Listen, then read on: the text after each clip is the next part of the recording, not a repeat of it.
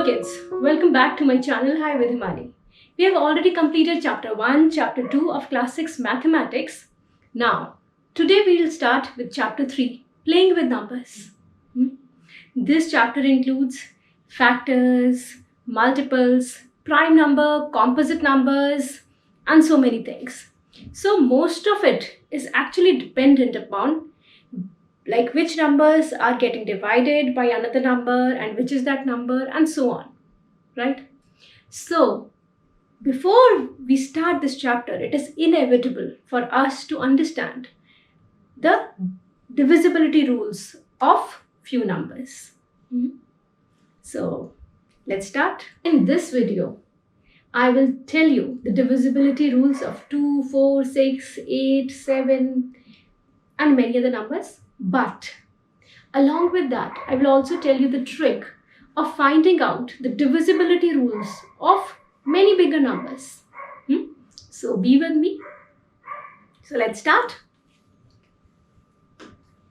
The first divisibility rule that we will do is the divisibility rule of 2.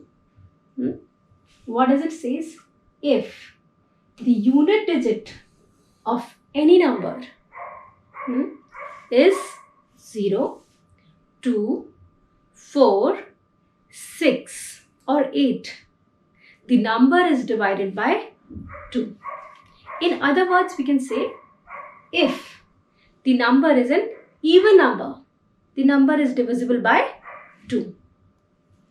Like for example, if the number is 56, the unit place has 6 on it, then that means it is divisible by 2. It is an even number.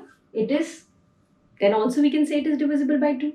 But 57 or 55 is not divisible by 2 because these are not even numbers, nor do they contain the digits 0, 2, 4, 6, 8 on their units place. So I am quite sure that most of you must be knowing the divisibility rule of 2. The divisibility rule of 3 is very interesting. It simply says that you have to add the digits of the number and the sum which comes. If it is divisible by 3, we can say the number is also divisible by 3. Shall we understand the same thing with the example? Suppose if we have a number like 768. If what we have to do, we have to check for 3. So we will add these numbers 7 plus 6 plus 8. That will come out to be 21. 21 is divisible by 3. We can say yes, the number is divisible by 3. Suppose instead of 8 over here, we had 769. In that case, the sum would have been 7 plus 6 plus 9. There is no need for this equal to. Okay. So 7 plus 6 plus 9. This will be equal to 22. This 22 is not equal to 3, is not divisible by 3.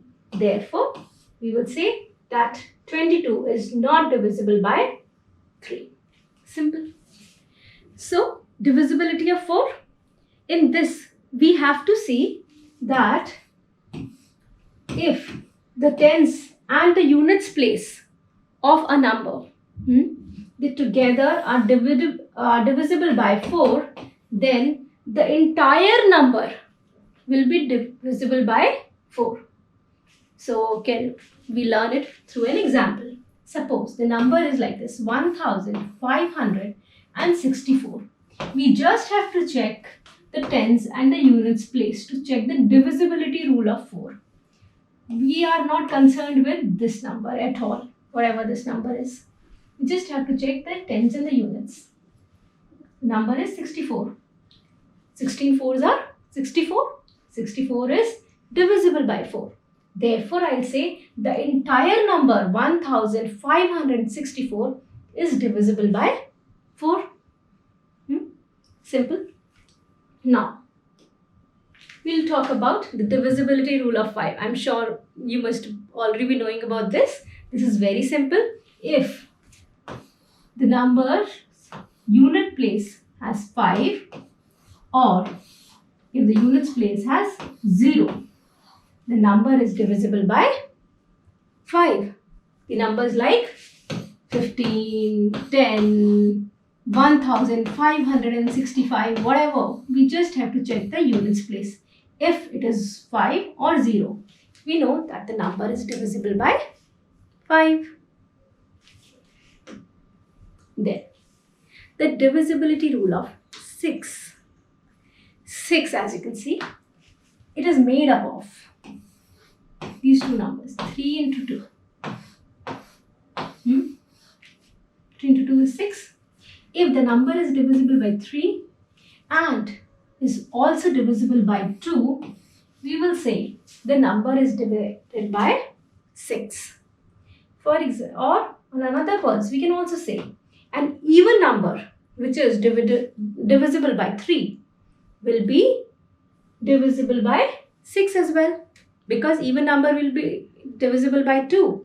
And then if it is divisible by 3, both the rules, are qualified here. So, for example, the number is 1, 5, 6 and 3. If this is the number, this number, if we add the digits, 1 plus 5 plus 6 plus 3. So, this 9, 10, 15. This number 15 is divisible by 3. But since it is not an even number, it is not divisible by 6. But if it would have been like this, 1, 5, 6, 0. Now, if we add this, this will become 12. And here it is an even number, 1560 is an even number. Then this number will be divisible by 6. This number 15 will not be divisible by 6 because it was not an even number. So for 6, it is very simple. We have to check that whether the number is divisible by 3 and as well as 2. If both these properties are, the number qualifies for both these qualities, then the number is divisible by 6. Now we'll talk about the divisibility rule of 7. In many books, they have not given the divisibility rule of 7 because many students find it quite typical and they find it, to actually divide the number and to check, simply without using this rule. But it is all up to the student. But I will tell you, because as a student, you should know what is the divisibility. Then it is up to you whether to use it or not. But as a student, you should know what is the rule for the divisibility of 7. So let's take this number 762. I'll start with the example only. So what this is that take the units number first. Take the unit number, double the number. After doubling, we get 4. And what I have to do is, whatever the remaining number, I have to subtract this 4 from the remaining number. And the number, whatever I'll get, I just have to check for it. Sorry, it's 72. 76 minus 4 is 72. I have to check whether this number is divisible by 7 or not.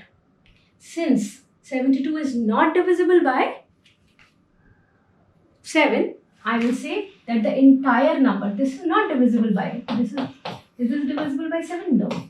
So therefore, 762 will also not be divisible by 7. Let's repeat this entire thing again. What is the divisibility rule of 7? I'll repeat this again. What I was doing here is, I was just taking this units number, doubling the units number, and subtracting it from the remaining number. Whatever number I'll get after subtraction, I just have to check for this number whether this number is divisible by 7 or not. Simple. Now we know that 72 is not divisible by 7. Therefore, 762 will also not be divisible by 7. The divisibility rule of 8.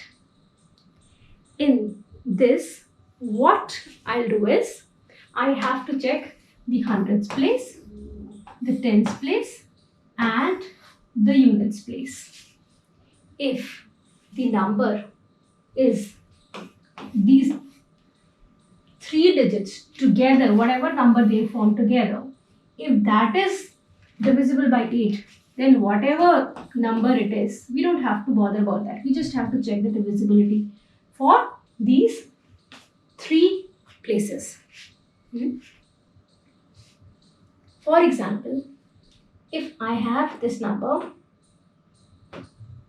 15632, I don't have to bother about this thing at all. I just have to check whether 632 is getting divided by 8 or not. I'll check it, and since I'm telling you that yes, it is divisible by 8, then the entire number 15632, that is 15,632, will be divisible by 8. So for 8 we are checking the last 3 digits. 632 is divisible by 8 completely. 8 sevens are 56. If you want, you can do it together. 8 sevens are 56. So 56 and 8 nines are 72. So it's this, completely divided by this. So if 632 is divided by 8, then the entire number 15,632 is also divisible by 8. Simple. Now 9. 9 is the same like 3, but here the difference is, in 3 what we were doing, we were adding all the digits and we were checking the sum, whether the sum is divisible by 3 or not. Here also we will add the digits of the number and we will check the sum, whether the sum is divisible by 9 or not. So let's take any number, 5, 6, 4 and 3. If I add this, 5 plus 6 plus 4 plus 3, that will give me 18. 18 is divisible by 9. Therefore, this entire number will also be divisible by 9. Simple. Now, shall I tell you this divisibility rule of 10? You must be knowing, right? Just for the sake of telling you, I'm telling you. If at the units place it's 0, then the number is divisible by 10. Now, the divisibility rule of 11. In this, what I have to do is, I have to check, the alternate numbers. I'll add the alternate numbers and then I'll subtract the the sum of the alternate numbers. If that sum is 0 or it is, divisible by 11, then I'll say the number is divisible by 11. You'll understand it better if I illustrate it with an example. Suppose the number is 9419552.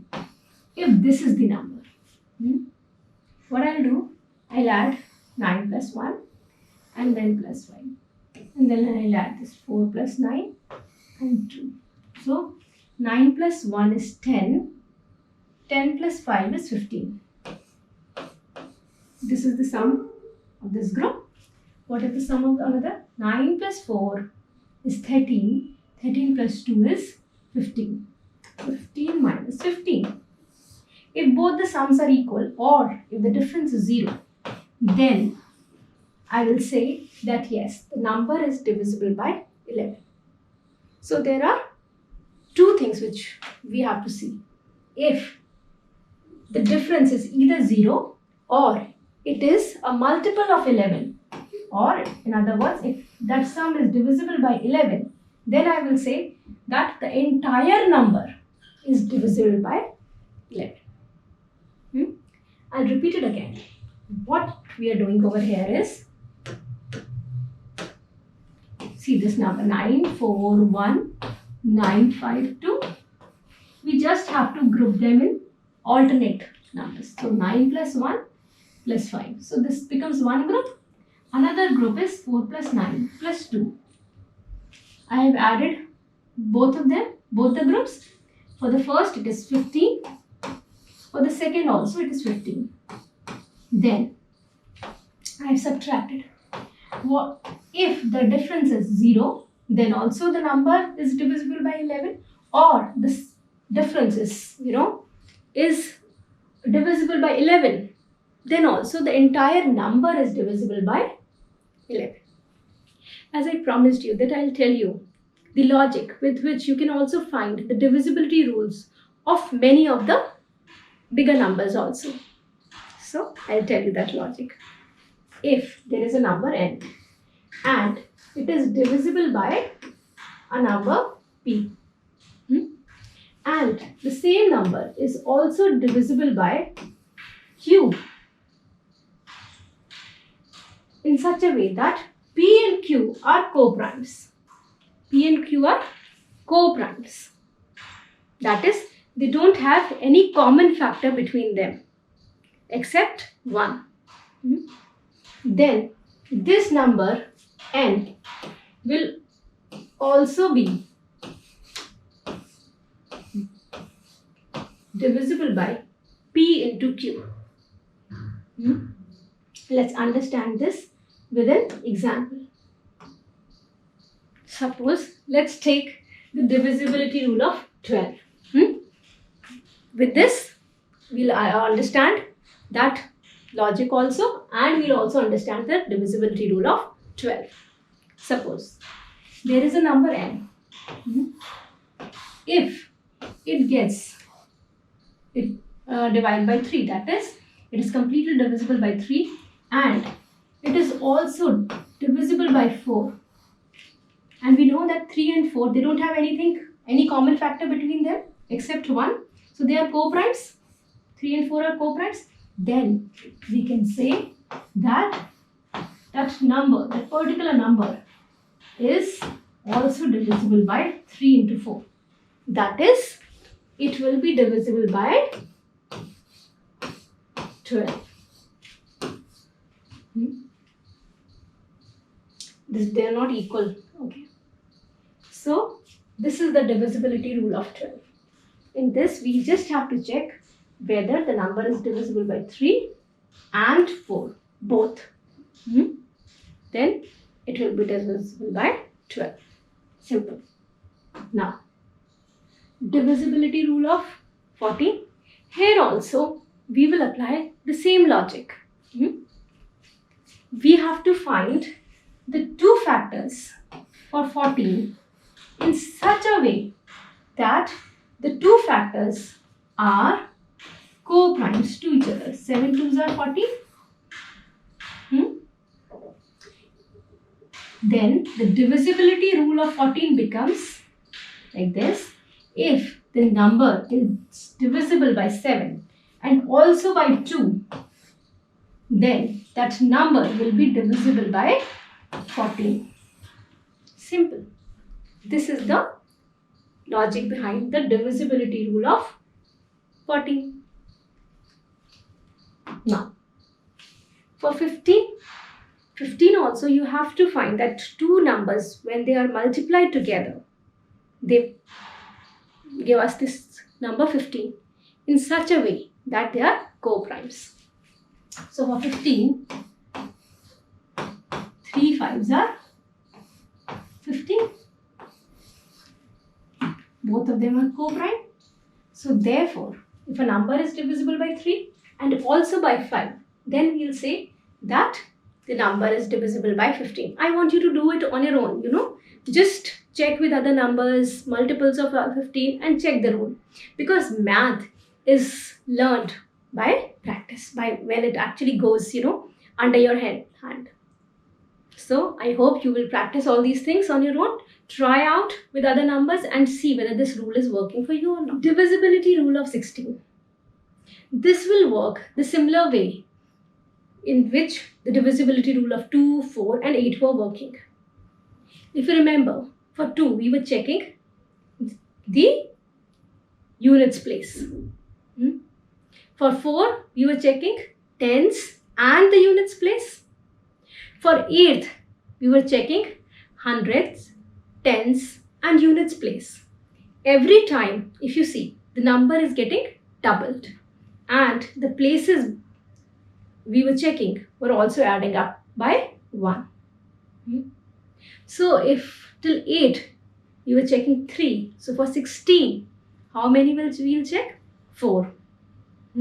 For 32 how many we'll check? 5. Similarly, we just have to keep on checking. The same rule will apply for all the numbers which are just the double of the 2. 2 2s are 4, 4 2s are 8, 6 2s are 32, 32 is 64, 64 2s are 128 and so on. We just every time whenever it is getting doubled, we have to increase the place.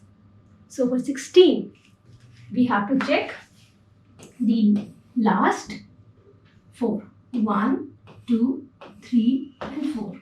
That is the units place, the tens place, the hundreds place and the thousands place, irrespective of what the numbers lies over here.